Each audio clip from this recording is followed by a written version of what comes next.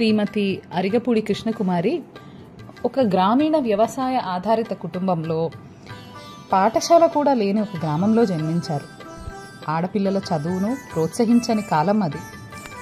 అనేక సవాళ్లు ఉన్నప్పటికీ కృష్ణకుమారి గారి తల్లిదండ్రులు ఆమె విద్యను ప్రోత్సహించిన దూరదృష్టి కలవారు. వారు ఆమెను పాఠశాల విద్య కోసం పక్క గ్రామానికి కూడా పంపించారు. చివరికి ఆమె తన ఇంటర్మీడియట్ విద్యను విజయవంతంగా పూర్తి చేశారు. ఇది ఆ రోజుల్లో చాలా పెద్ద విశేషమే.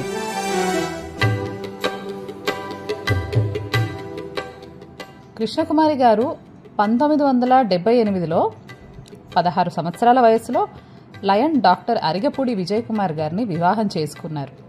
వారికి 3 సంతానం. కృష్ణకుమారి గారు చక్కగా స్థిరపడ్డ తన పిల్లలను చూసి చాలా గర్వంగా ఉంది అని అంటూ ఉంటారు. పెద్ద కుమారుడు పూర్ణకుమార్ హైదరాబాద్లో స్థిరపడ్డారు. మిగిలిన 2 కుమారులు కవలలు అమిత్ కుమార్ డల్లాస్లో మరియు సుమిత్ కుమార్ హ్యూస్టన్లో స్థిరపడ్డారు.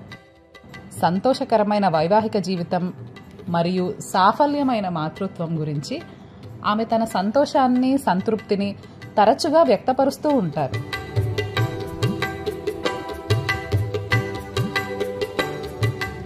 శ్రీమతి కృష్ణకుమారి పుస్తకాలు చదవడం మరియు పజిల్స్ పరిష్కరించడంలో చాలా ఆసక్తిని కలిగి ఉంటారు.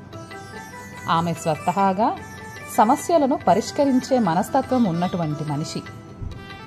ఈ ఆలోచన సరళి బరువు తగ్గాలనుకునే వ్యక్తుల కోసం ఒబేసిటీ క్లినిక్ను స్థాపించడానికి ఆమెను ప్రేరేపించింది. ఆమె ప్రయత్నాల వల్ల చాలామంది ప్రయోజనం పొందారు. ఇప్పుడు సంతోషమైన ఆరోగ్యకరమైన జీవితాన్ని గడుపుతున్నారు.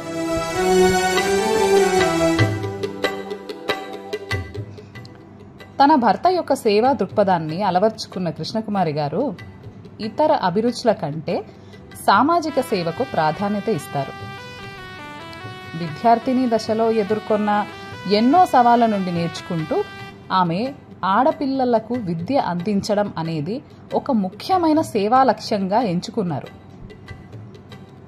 ముఖ్యంగా గ్రామాల్లోని ఆడపిల్లలకు ఉచిత విద్యను అందించడానికి ఆమె కృషి చేశారు. తద్వారా వారు తమ జీవితంలో సంతోషంగా స్థిరపడేందుకు కావాల్సిన జ్ఞానం మరియు నైపుణ్యాలను సంపాదించేలా కృషి చేశారు.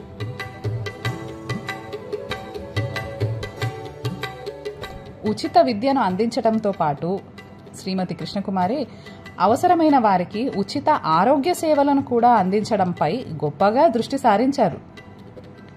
తన భర్త యొక్క హృదయపూర్వక సహకారం మరియు మార్గదర్శకత్వంతో వైద్యపరమైన మౌలిక సదుపాయాలు లేని ప్రాంతాల్లో అవసరమైన ఆరోగ్య సేవలను అందించడానికి ఆమె చాలా కృషి చేశారు.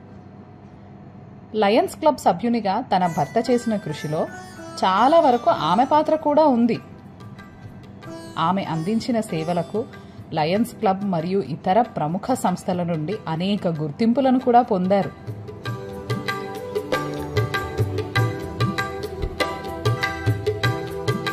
శ్రీమతి కృష్ణకుమారి మాటల్లో, నా భర్త లయన్ ఏ విజయ్ కుమార్ విజయవంతమైన వ్యాపారవేత్త. ఆయన దాతృత్వానికే మారుపేరు. మేము ఆర్థికంగా బాగా స్థిరపడ్డాము. మేము సంపాదించిన డబ్బులో ఎక్కువ భాగాన్ని తిరిగి సమాజ శ్రేయస్సు కోసమే ఉపయోగించగలిగాం. ఈ విషయమై మేమిద్దరము చాలా గర్వపడుతున్నాము. మన అస్తిత్వం అనేది సమాజం వల్లనే అని నా భర్త నమ్ముతారు. మనకు సాధ్యపడినంత సమాజానికి తిరిగి ఇవ్వడం మన కర్తవ్యం అనే నా భర్త నమ్మకాన్ని నేను కూడా బలపరుస్తున్నాను.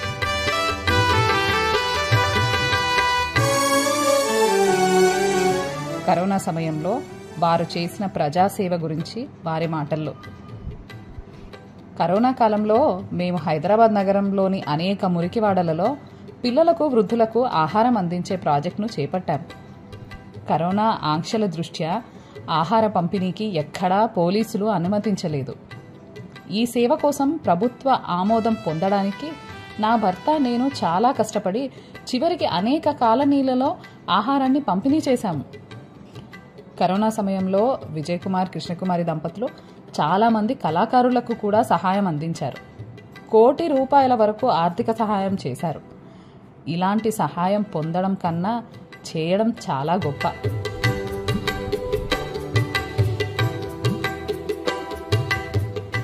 నా భర్త ధార్మిక ప్రయత్నాలలో సమాన భాగస్వామిని కావడం నాకు ఒక ప్రత్యేక అదృష్టం. సవాళ్లు ఎదురైనా పరస్పర సహకారంతో వాటిని సులభంగా అధిగమించాం. నా పిల్లలందరూ వారి వారి జీవితాలలో బాగా స్థిరపడ్డారు. వారి గౌరవ ప్రోత్సాహాల వల్ల ఈరోజు సమాజానికి సేవ చేయడానికి నేను మరింత ముందుకు వచ్చాను. మాది బాగా చదువుకున్న, మంచి అవగాహన కలిగిన, ప్రేమగల కుటుంబం. మేము ప్రతి పరిస్థితిలో ఒకరికొకరు అండగా ఉంటాము. మంచి లేదా చెడు ఏదైనా అవనివ్వండి. నిజంగా మేము మేడ్ ఫర్ ఈచ్ అదర్ కుటుంబం అనడంలో సందేహం లేదు.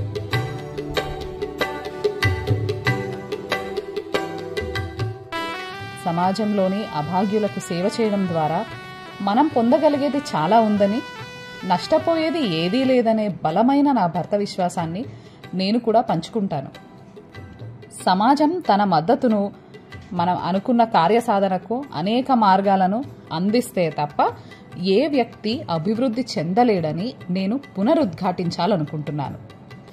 ఈ సమాజంలో భాగమైన ప్రతి పురుషుడు, స్త్రీ వ్యవస్థకు తిరిగి ఇవ్వాలని, తద్వారా మానవ జాతి పట్ల మీ కర్తవ్యాన్ని నిర్వర్తించమని నేను కోరుతున్నాను. సర్వే జన సుఖినో భవంతు.